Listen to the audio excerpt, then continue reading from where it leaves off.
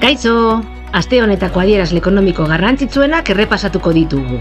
Hau, aste ekonomia da.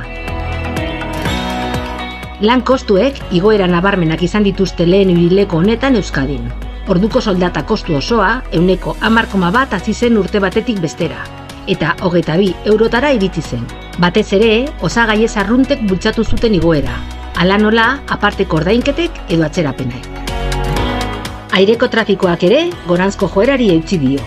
Maiatzean, Euskadiko aireportuetatik bidaiatu zuten pertsonen kopurua 9,4 igo zen urte batetik bestera. Eta 830.000 pertsonatik gorako maximo berri batera iritsi zen serie historiko osoan.